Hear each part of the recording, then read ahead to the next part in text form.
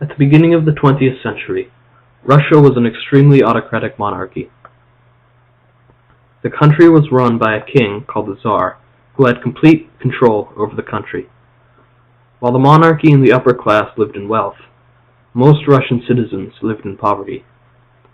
Before the monarchy was weak enough to be overthrown in the Russian Revolution that would start Russia on a path towards democracy, Russia would go through a slow decline. In 1905, Russia went to war with Japan in the Russo-Japanese War and suffered a terrible loss. Military casualties were high, and inflation and scarcity of food was felt across Russia. Then, in 1914, World War I began, and Russia went to war on the side of the Allied powers against Germany and Austria-Hungary. The war went very poorly for Russia. Russia suffered defeat after defeat at the hands of the German armies. In the Battle of Tannenberg alone, around 95,000 Russian soldiers were captured by the Germans. This was followed by attacks into Russian territory. By 1915, the Russian army was demoralized and retreating. The Russian general Brusilov described the state of the army. From this period, the professional character of our army disappeared, and the army became more and more like a poorly trained militia. The men sent to replace casualties generally know nothing. Many could not even load their rifles, and as for their shooting, the less said about it the better. Due to the pressures of war, food and other needs became scarce in Russia, and much of the populace lost faith in the Tsar. Maxim Gorky, a Russian writer, described Petrograd during the war. In the suburbs of Petrograd, you can see well-dressed women begging in the streets. It is very cold. People have nothing to burn in their stoves. At night, they tear down the wooden fences. What has happened to the 20th century? What has happened to civilization? In 1917, a series of strikes and protests across Russia morphed into full-scale revolt. This was the Russian Revolution. Unable to stop the revolt, Tsar Nicholas II abdicated. A provisional democratic government was set up in his place by the Duma, Russia's parliament, and the revolutionaries. With the German army still advancing into Russia, and Russia's ruined economy, the provisional government had a difficult job ahead. The government became weak and ineffective, and crucial public services were left undone. Maxim Gorky described Petrograd under the provisional government.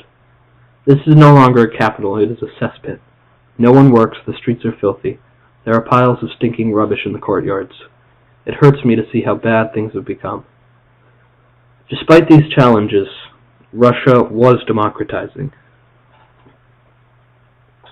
And the more moderate parts of the Bolshevik and SRs quickly emerge as the dominant political movement in Russia in terms of all the elections that take place in 1917, and their universal free elections return overwhelming majorities for those two groups together, especially the socialist revolutionaries, who were not Marxist revolutionaries.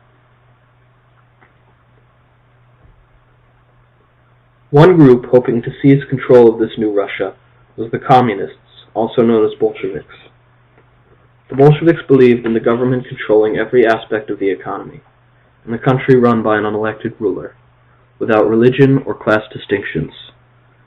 The ideas of the Bolsheviks were created by the writer and philosopher Karl Marx in the 1800s, and it quickly became popular with European revolutionaries. Outside of the revolutionary movement, though, the Bolsheviks, or Marxists as they were generally known outside of Russia, did not have much power. While the Russian Revolution had given them some power in Russia, they still had to compete democratically with less extreme political parties under the Republican Provisional Government. But soon, the Bolsheviks hoped to take power from the Provisional Government, taking advantage of the country's wish for a strong government and positive change. The problems mentioned earlier had caused many Russians to lose faith in the Provisional Government, which had failed to end the war or improve the lives of most Russians. The Bolsheviks' leader was Vladimir Lenin, a skilled speaker who put confidence in people with his speeches. He was, according to democratic socialist Alexander Patrusov, a man of iron will and indomitable energy, capable of installing fanatical faith in the movement and the cause. Due to these attributes, Lenin caused many Russians to become Bolsheviks with his speeches.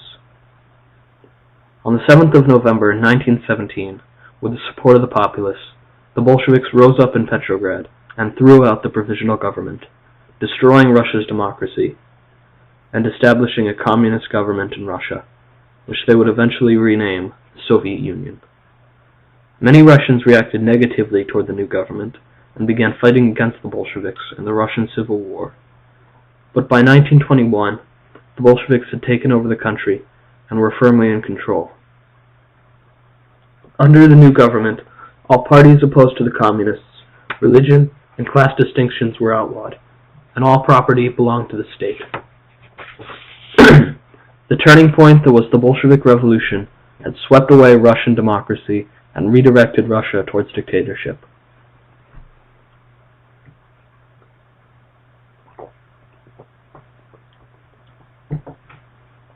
The Bolshevik Revolution and the rise of communism would have serious consequences for Russia and the rest of the world. The revolution brought Russia an authoritarian and oppressive government. Around 66 million Russians suspected of disloyalty to the state were killed by the communists between 1917 and 1959.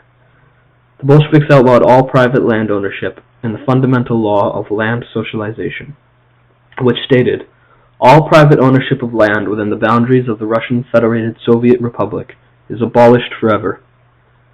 All land is handed over without compensation to the toiling masses, the Bolshevik government, for their use." The Bolshevik Revolution would have consequences for the world as well. As soon as the Bolsheviks took power in Russia, they began working to spread Bolshevism, now called communism, around the world. At first they were unsuccessful, but during and after World War II, the Russians, who were now called Soviets, set up communist regimes in all of the states they had conquered. Communist revolutions in China, Cuba, and parts of South America took communism all around the world. Nations attempting to modernize saw a role model in the Soviet Union, which had changed Russia from a country that was 80% rural to a country that was around 80% urban. They were also attracted to communism's promise of prosperity and the equalization of society. Anyway, they see the revolution as a turning point in human history. See, this comes out of Marx. Yes. Marx sees stages of historical development. You move through these stages: classical slave owning, feudalism, capitalism, to socialism. Yes. So they see this now as the beginning of that new stage. So they're putting their revolution, and other people around the globe very quickly begin to take the same idea. Wait a minute, maybe a whole new era of human history is opening up. This spread of communism would lead to a conflict between the capitalist and democratic United States and Western Europe against the Soviet Union that was known as the Cold War, in which the United States attempted to contain communism and keep it from spreading any further. The Bolshevik Revolution had caused communism to go from a popular but unused political idea to a government form used all around the world. And while the Soviet Union would eventually collapse, returning Russia to democracy it briefly had before the revolution, the Bolshevik Revolution is still having an effect on Russia and the world. The Russian economy, government, and agriculture were all harmed by their time under communism. China remains a powerful communist state, and in many countries, communism is still a powerful political force.